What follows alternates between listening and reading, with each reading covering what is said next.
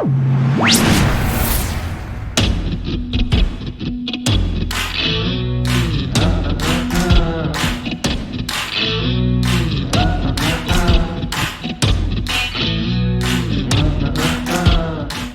what's up, brothers and sisters? Thanks for joining me today. Today we're going to look at John 1:1. In the beginning was the Word, and the Word was with Elohim, and Elohim was the Word.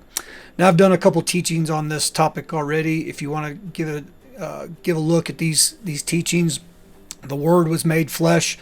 And that video there is talking about just how this Greco-Platonic interpretation has been forced upon what the Word is. So take a look at that video after watching this one. Then also I just did one recently on the word with Elohim. That word with is pros, P-R-O-S, which means before, or in the presence of, or the preference of. The Word was before Elohim. It was before his face, the Panaim. It was always about him, always in his mind of how things would go. So on this teaching, what we're going to do is look at John 1:1, and we're going to look at this word, the Word. Now, the word word is actually two separate words. So what am I talking about here? Take a look at John 1:1. In the beginning was the Word. So this is word one. And the word one was with Elohim. And Elohim was the Word. This is word two. So word one and word two are two separate words. And I'm going to show you this here in a bit.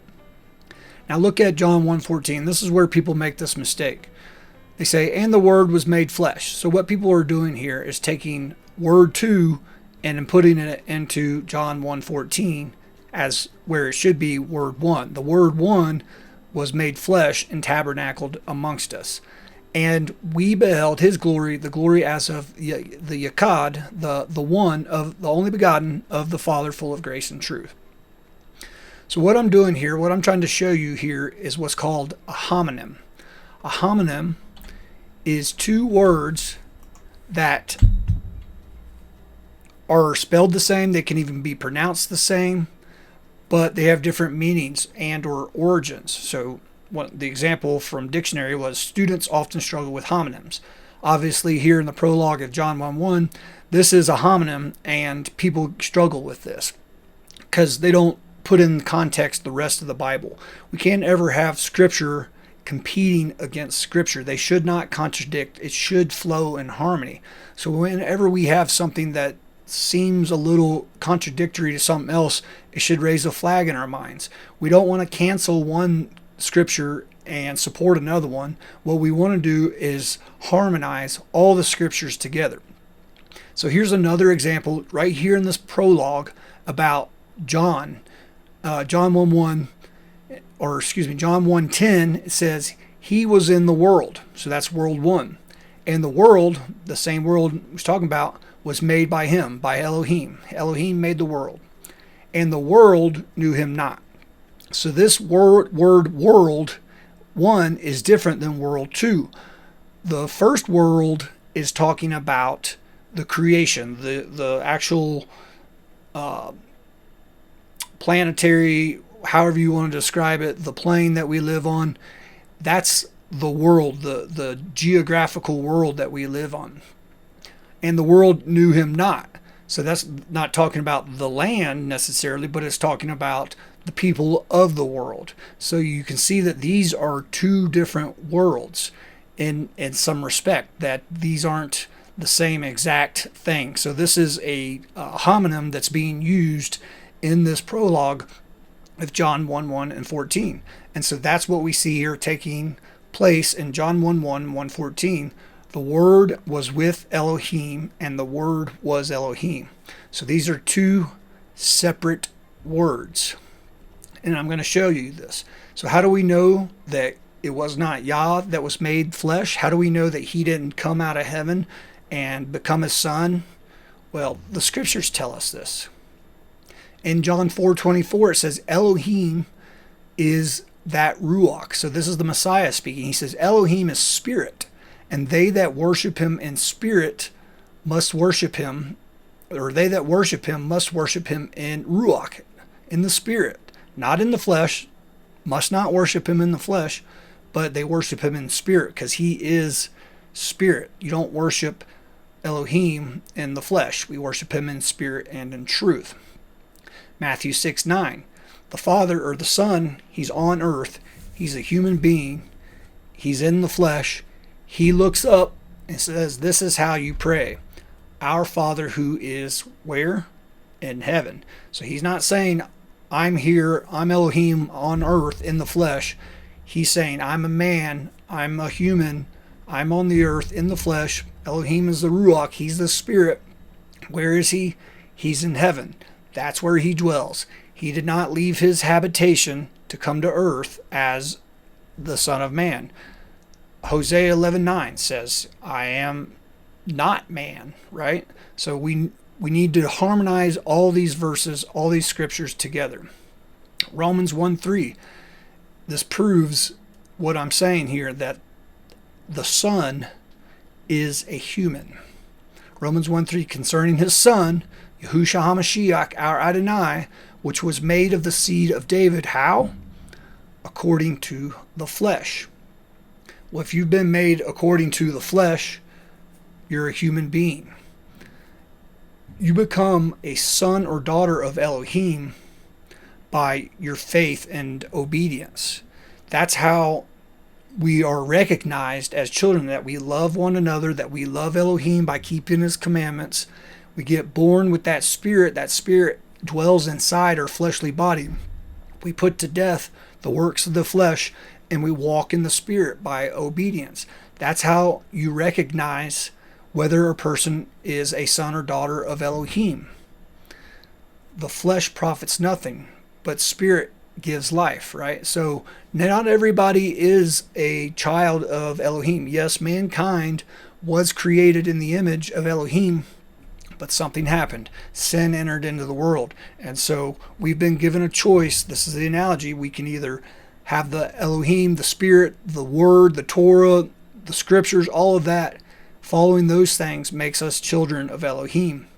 Following the father of lies, the devil, Satan, that which is contrary to Elohim, to his word, worshiping idols, worshiping men, worshiping the creation, that is not a son or daughter of Elohim. So sons and daughters are those who follow the Father's instructions. This is what the Messiah did. He followed the Father's instructions. He was baptized by John the Baptist. This is he of who I spoke of. And then from heaven, while the man on earth was in the water getting baptized, this is my Son in whom you should believe, in whom you should listen. Listen to him. Listen to him. This is my Son. So the Father, the Spirit, speaks from heaven to the Son, who's a human being on earth. 2 Timothy 2:8. Remember that Yahushua HaMashiach, of the seed of David, was raised from the dead according to my Basura, according to the gospel, my good news. So here again, seed of David according to the flesh. 1 John 4:2. Hereby know ye that the Ruach Elohim, hereby know ye the Ruach Elohim. Every Ruach that confesses that Yahushua HaMashiach is come in the flesh is of Elohim. So what does it say? Who came in the flesh? Yahushua HaMashiach. What does that mean? That means he's a human being. He came in the flesh. We all came in the flesh. And a lot of stuff that's going on back in Paul's days and even today is Gnostic doctrine, that the Messiah was actually an angelic being, that he's some angel. A lot of people teach today that Jesus existed in the Old Testament as the angel of the Lord. But this contradicts. Look at 2 John 1:7.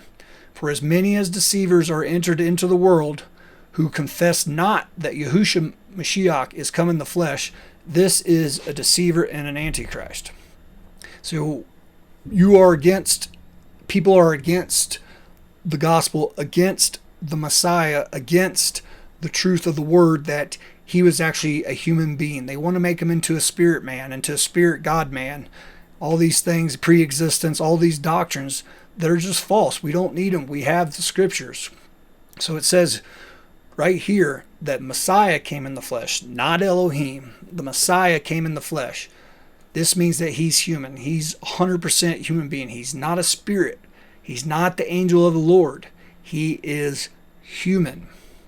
Hebrews 2:14 through 6. For as much then as the children are partakers of flesh and blood, he also likewise took part of the same. So he took part of the same.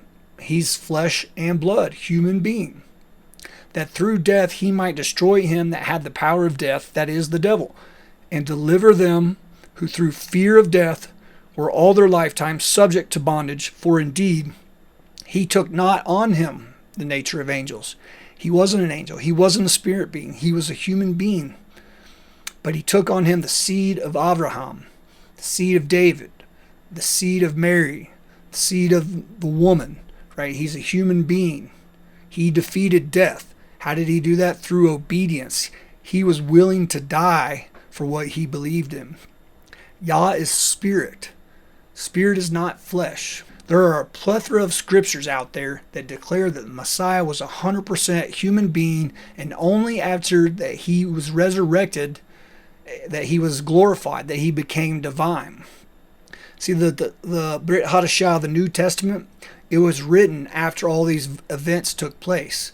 So you may run into these instances where it seems like, well, he pre-existed or he had some kind of spiritual body prior, and then he came to earth, become a human, only to become resurrected to go back to be a spirit. That doesn't make any sense.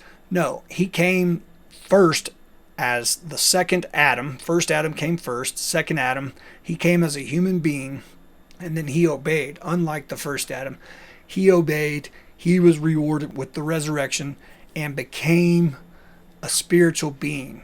He put on the spiritual body, and that's all of our hopes, that we too are humans just like him, and that we existed in the mind of the Father before all this was done, that he knew us, that we would believe and become Christ-like, that we would become like the Messiah.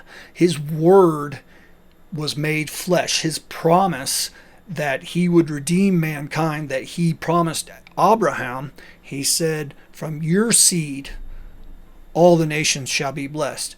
That seed comes through human beings and was manifested and resurrected into a spiritual being, not the other way around. Psalm 33:6 says, by the word of Yahweh the heavens were made, and all the host of them by his breath, by the breath of his mouth. Proverbs 8:22, Yahuwah possessed me, wisdom, in the beginning of his way, before his works of old. Proverbs 3:19, Yahuwah by wisdom founded the earth, by understanding he established the heavens. So Yah's word is his wisdom. Yah's word is his truth. Yah's word was manifested as the son of Elohim, that promise that this seed would come, defeat death, show us the way how to love one another. This is how they will know you, how they will know me, by you loving each other and walking in the way, casting out these doctrines of demons, casting out God in the flesh, casting out these idols. Get rid of that stuff. We don't need it. We have the scriptures. We have the word. The word was made flesh. The word, the first word that was in the beginning, it came into fruition. It became flesh and walked among us. He walked among us like a human being walks among us. So I pray that this teaching bless you. I pray that you'll hit the subscribe, the share, put some comments in there. Let me know what you think, and we'll see you on the next one. Shalom.